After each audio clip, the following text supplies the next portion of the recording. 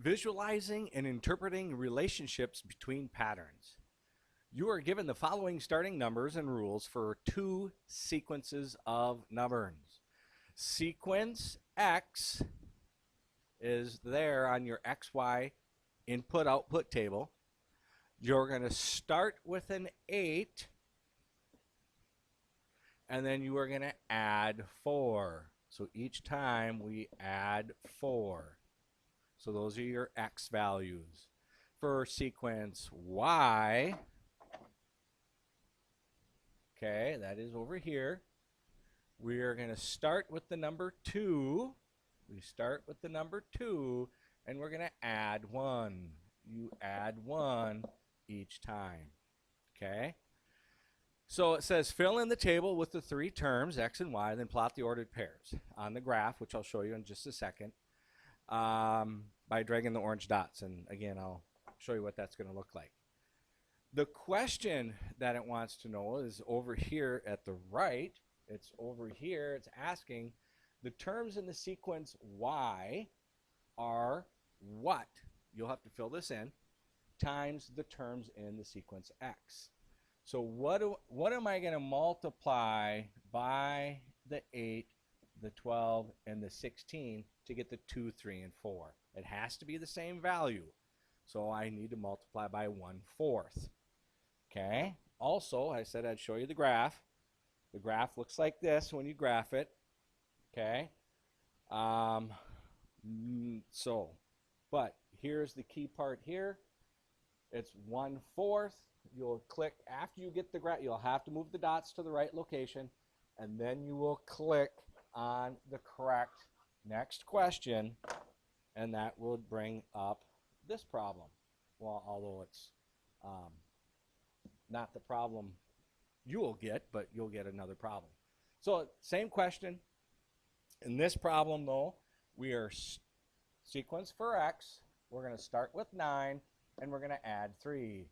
So for X, we're going to start with 9, and we're going to add 3. Okay?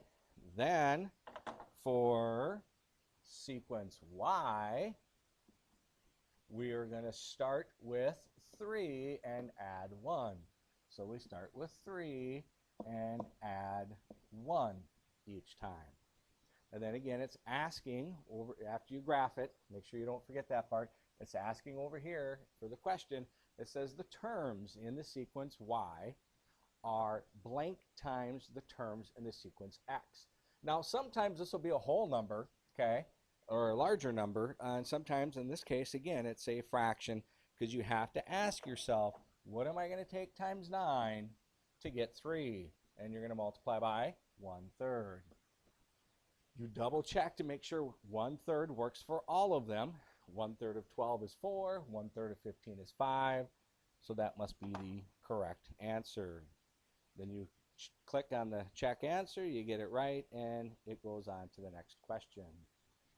Same problem or similar problem here. Again, X, we're going to start with 1, and we're going to add 1. 1, 2, 3. And then for Y, we're going to start with 7, and we're going to add 7. So that'll be 7, 14, 21. Again, over in this corner, it's going to ask you, what do you multiply the X value by to get the Y value?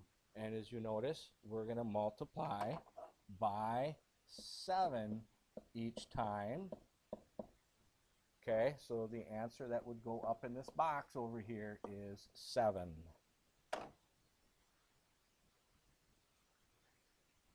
Here we have X is starting with 1, and we are adding 1. So X is going to start with 1, and we're going to add 1. So 1, 2, 3. Y is going to start with 5, and we're going to add 5. So it's going to be 5, 10, 15. It says the term in the sequence Y are blank times the terms in the sequence X. Hopefully you notice we are multiplying the X values by 5 to get the Y values. You put a 5 in for your answer blank, And you move on to the next question.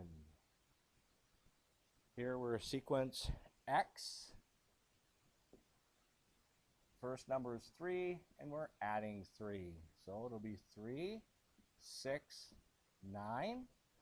And then for Y, we're starting with 6 and adding 6. So it'll be 6, add 6 is 12, add 6 is 18.